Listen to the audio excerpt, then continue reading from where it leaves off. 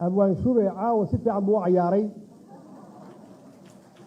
marka waxaan la yaabanaa siduu isu balance gareeyey markuu cayaarayay cayaar qurxoon bay ahayd oo qoobka cayaara weliba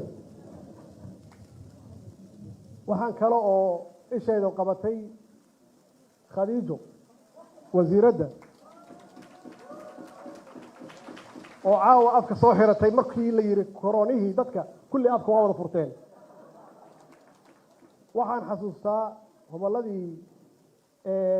nakuma markay xanuunsatay oo cisbitaal martiina ay ku jirtay iyo khadiija ku noqonaysay markaas afka uma xirnayn maray intii waxay tiri cisbitaal martiina ka imid waxaan ku yiri yaa ku soo galiyay meeshaan horta adoo afkaagu furan yahay waxay tiri cirbadaan sugaya cirbadii way qaadatay weli afkaa u xiran hadda markii corona cirka marayna afkaa u furnaa marka waxaan weydiinayaa sababta afku xirata caawa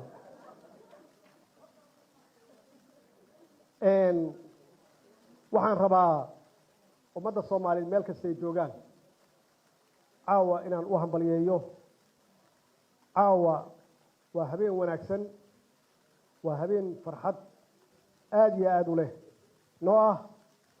maxaa yeelay waa 26 Juun oo aan nagu xorriyadda qaadanay 1 July xaqiiqatiin waxa weeye 1960kii 26 Juun waxay noo ahayd habeen taariikh leh oo ummadda Soomaaliyeed ay aad isugu soo baxeen beertii xorriyadda ee magaalada Hargeysa lagana taagay ama laga suray calankii Soomaaliyeed oo ahayd markii ugu horeysay ciid Soomaaliyeed laga taagay waxa xusid mudan waxay ahayd habeen u baahan inaan dib u fiirino waxyaabahan ka xasuusano waxaa ka mid ahaa abwaankii Allah u naxariisto oo hadda dubbe uu noo sheegay gabaygii yaraa uu ka tiriyey goobtaas ee ahaa Cabdullaahi Suldaan Timcadde allaha jannadiisa naxariistiisa siiyo isagoo qiiraysan oo xamaasad badan ay hayso iyo wuxuu tiriyey tix gabay ah xoogaa yar iyuu ka taabtay bal anna xoogaa yaraan ku daro wuxuu yidhi saaxirkii kala guurnay sarreeyo ma nusqaamo aan siduu yahay eegne kaana siid ka nasaar waxay noqotay tix taariikhda Soomaaliyeed baal dahab ka gashay oo mar walba oo aan xorriyadda u dabaaldegayno ay tahay inaan soo xasuusanno waxay ahayd habeen qiiro badan oo qaali ummadda Soomaaliyeed ku ah oo qiimo leh oo farxad badan wadatay shacabka Soomaaliyeed meel kasta ha joogaane shucuurtoodii iyo xamaasadoodii iyo dareenkoodii Soomaalnimo ee wadaniyad xakameyn waayeen waxay ahayd habeenkaas habeen farxad badan waxaa ka horeeyay habeeno badan oo Israel iyo horseedkii leegada ay soo mareen dhibaatooyin badan ay hooyan waayeen dhibaatooyin culus ay soo mareen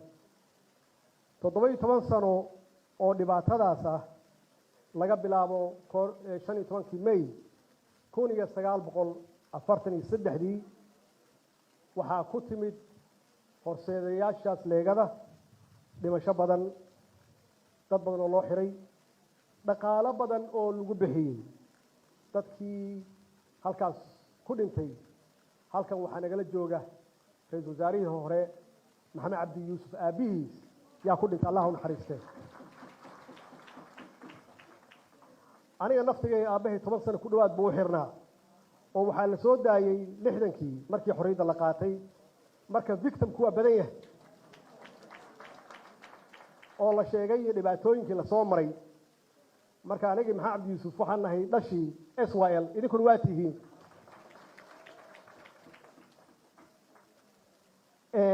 waxay ahaayeen urur runtii hogaamiyey ururadii kale oo siyaasadeed ee waqooyi ka jiray ay ka mid ahaayeen USP NUF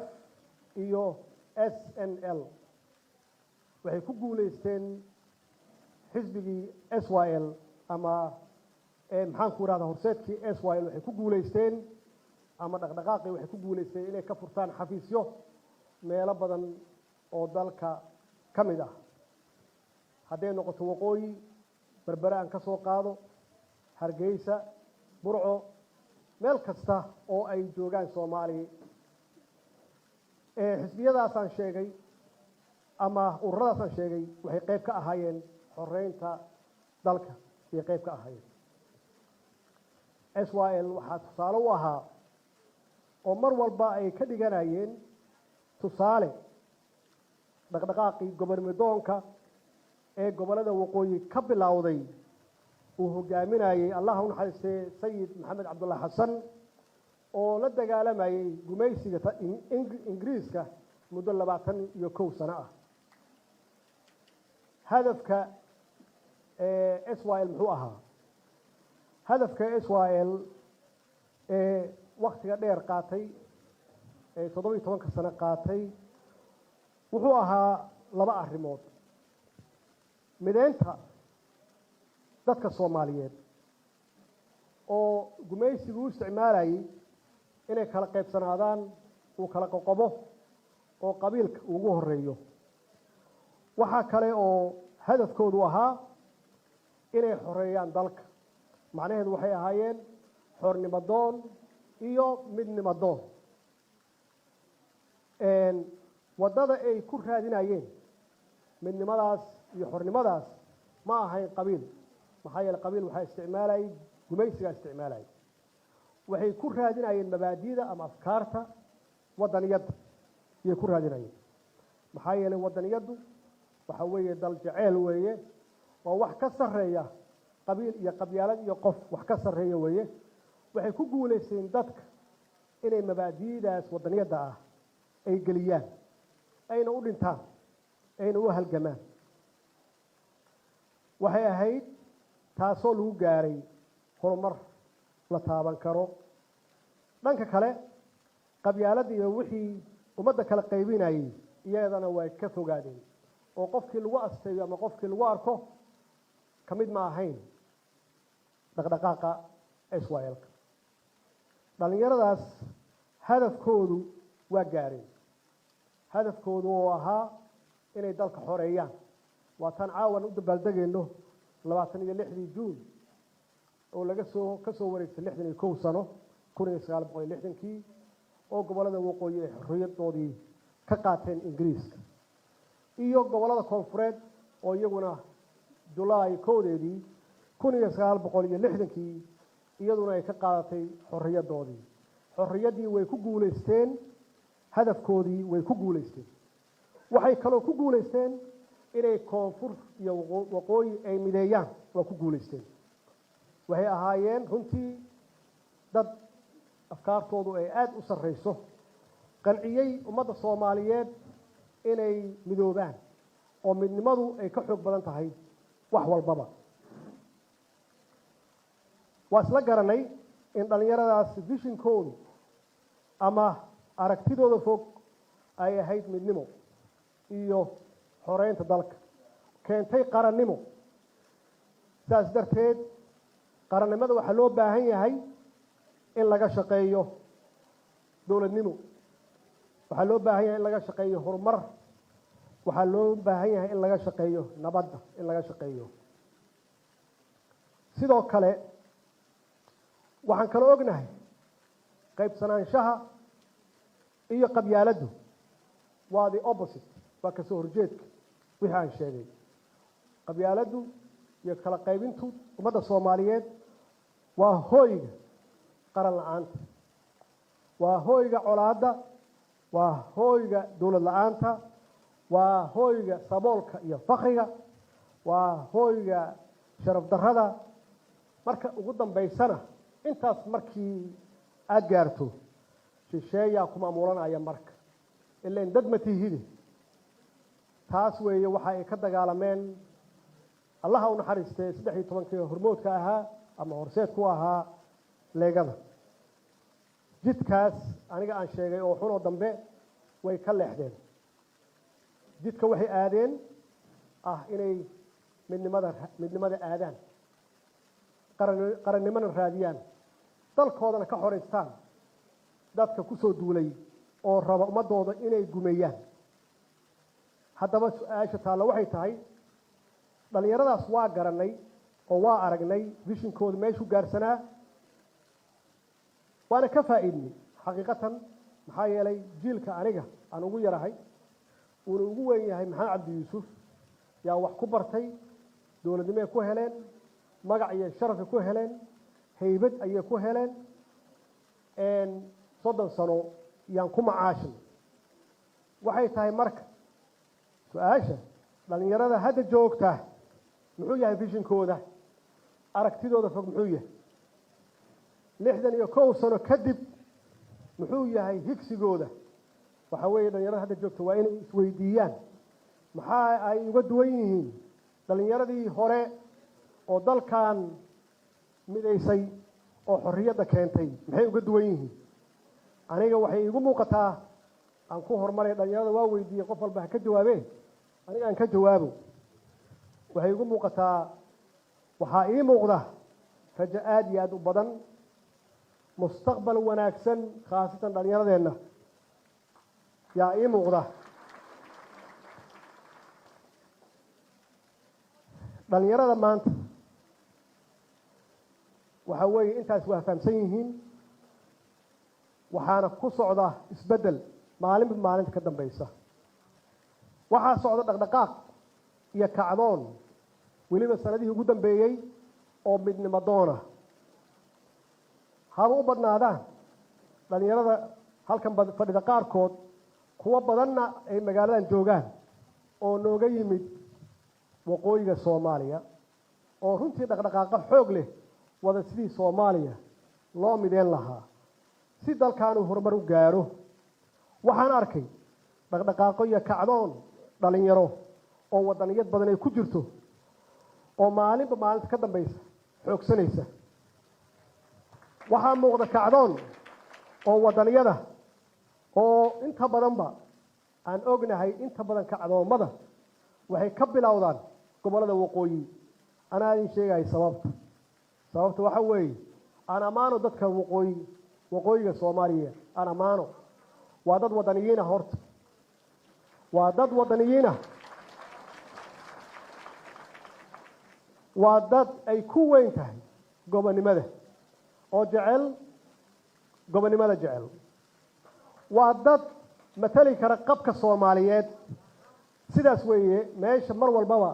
halganka Soomaaliya looga xoreynayo gumaysiga ay ka bilaabato oo tusaale waxa noo ah sayid maxamed cabdulla xasan oo 22 sano dagaalamayay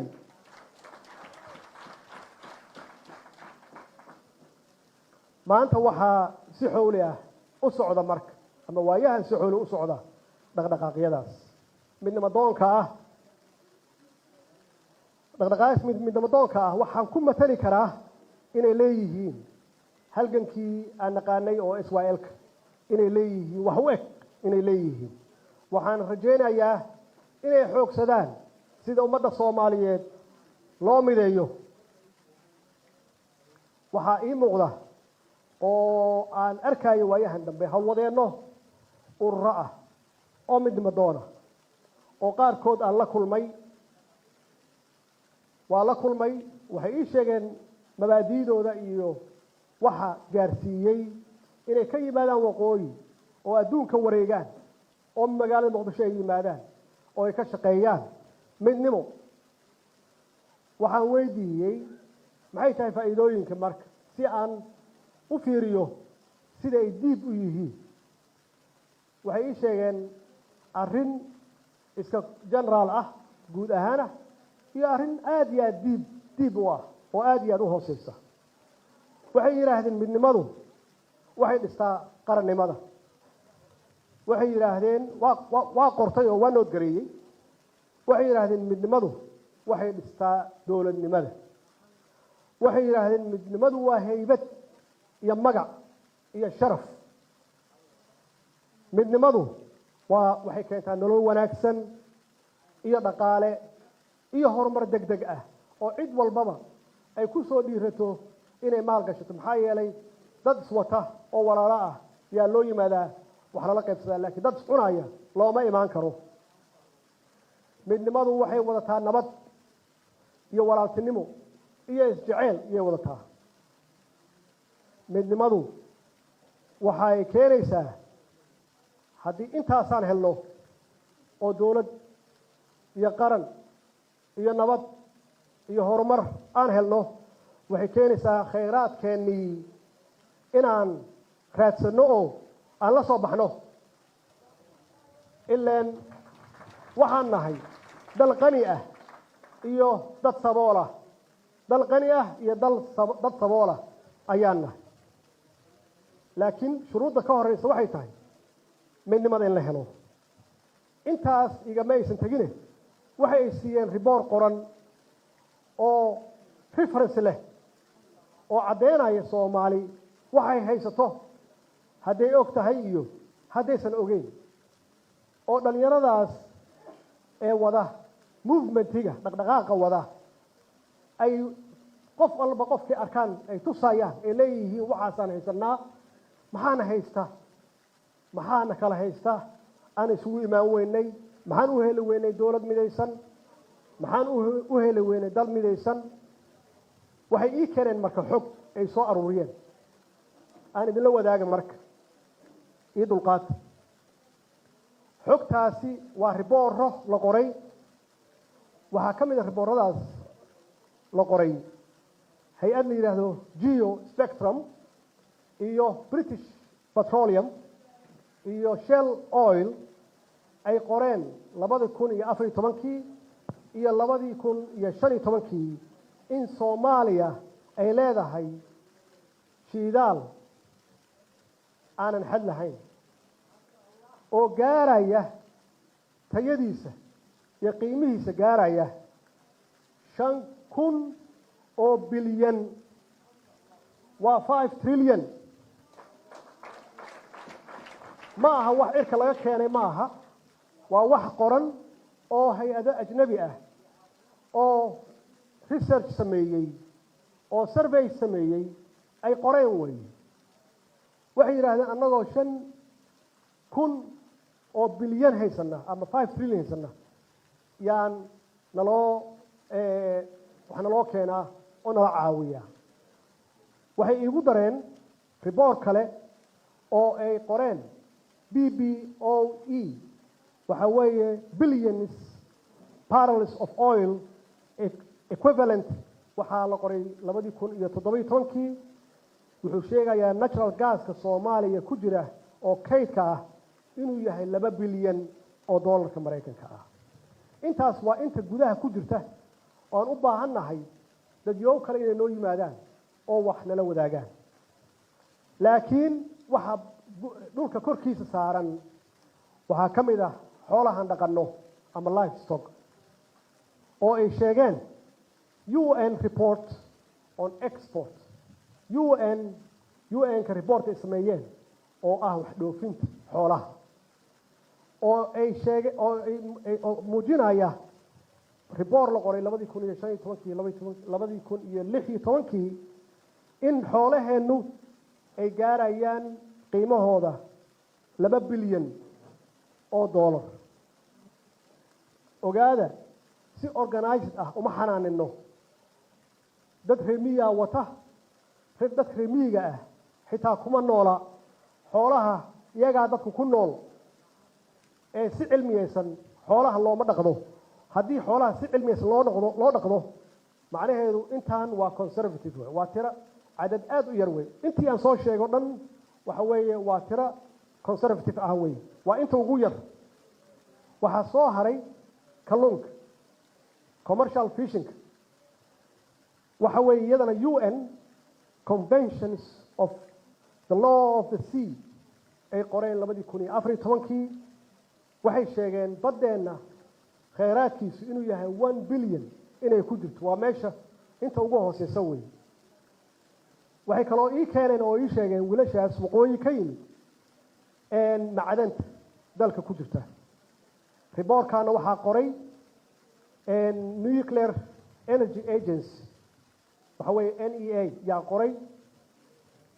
2016 waxaa ku jira uranium dalkeenna waxaa ku jira dahab waxaa ku jira silver ama qalin limestone diamond xitaa waa leenahay iyo tan diyaaradaha laga sameeyaa copper waa biraha iyo uranium qiimaha waxay sheegaysaa inay tahay 2 bilyan waa inta ugu yar weey iyada naftigeeda beeraheenu waxaa lagu qiyaasaa 3 milyan ilaa 8 milyan hectares oo dhul ah oo la beeran karo waxaan leenahay 2 webi oo inta badan aan go'in oo socda wax kastana dalkeena waa laga beertaa iyada naftigeeda waxay sheegeen oo ay muujiyeen riboorkan la qoray 2015 iyo 2016 oo ay qoreen UN reports on export iyada nafteeda on agriculture waxa weeye 3 bilyan waa inta ugu yar tourismka dalxiiska lama hayo bacdama annagu aan isdilayno cid noo imaan karta ma laha saas darteed cid dalxiiska ugu imaanaysa ma jirto laakiin waxaan leenahay badda ugu dheer yaan leenahay xeebta ugu fiican yaan leenahay oo meel walba resort laga dhigi karo yaan leenahay jasiirado ayaan leenahay waxaan leenahay badda waxay leeg tahay ugu dheer Afrika markaan leeyahay waa 3,300 oo kilomitir weeye waxay lahaan kartaa ilaa 20 dekadood oo dekad walbaba wax laga dhoofiyo qaar shidaalka laga dhoofiyo qaar xoolaha laga dhoofiyo qaar logistics kaliya ah qaar ganacsiga caadiga ah nooc kastaba maxaa yeelay ilaahay wuxuuna siiyay logistics wuxuuna siiyay strategic place meel fiican iyo ilaahay nagu abuuray oo cid haysata ma laha 2 badood badda cas iyo badweynta Hindiya waxaa mara ilaa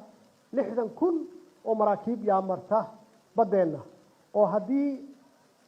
aan ka faa'iideysan karno xeebaheena maraakiibtaasi ay khasab tahay inay ku istaagaan ama biyaha ka qaataan ama ha ku nastaan maalmo dhalinyaradaas marka ii timid oo midnimo doonka ah oo wareegaysa waxay yiraahdeen Soomaali ma kala maaranto intaas oo ilaahayna waana siiya khayraad maxay taa waxana haysta marka xogaa waxay wax ka sheegeen siyaasiyiinta wax ka sheegeen waan ugu fogaadeen waxay naga sheegeen halka ku celin maayo laakiin wax fiican ma sheegin aan ku soo koobay waxay yiraahdeen siyaasiyiintu waa dad danahooda ka shaqeeya iyo guryahooda dana guud kama shaqeeyaan iyo mustaqbalka caruurteena kama shaqeeyaan taariikh kama shaqeeyaan mustaqbalka iyo masiirka dalkana kama shaqeeyaan waxaan ku yiri warniyo nimayo hanugu fogaanina wax noo reeba wuxuu baa dhabka ah arintaas waxaan idin sheegi midnimadu sahal kuma timaado dhalinyarada waxaan leeyahay haddaad doonaysaan midnimo waa inaad kacdaan waa inaad istaagtaan annagu siyaasiyiin baan nahay haddaan dale kala duwan leenahay noo sheega oo noo imaada oo marmarka qaarkoodna khasba haddii kale 20 milyan waa gaaraynaay wax yar baa naga soo haraya gaajaan u laanaynaay iyo macaluul iyo sabool inta siyaasiyiintu ay kala hayaan dadka shacabkana waa dhimanayaan caruurteena mustaqbal ma yeelanayaan waxa ummadda ay ku kala maqan tahayna wax macno leh ma waa wax yar oo la xalin karo dhalinyarada marka waxaan leeyahay hana sugine كعة سيدي إسوائيل وكعة أو دقاقة أن كل نقطة مستقبلكو أنا وحنا أمسنا هي رجع في عم جرته ضد كانوا وضد وناكسن وضد قيمة له هويه وحن إلهي كبر ياه إن رجداس إلهي نور رميو يعني إلهي كبر ياه أو إن مدن مدني أي صون قطو وضد كصومالية وقوي كونفور والسبة هي أن دي بسوا صون قنو مثلا هذا هي الركان اللي قتلوه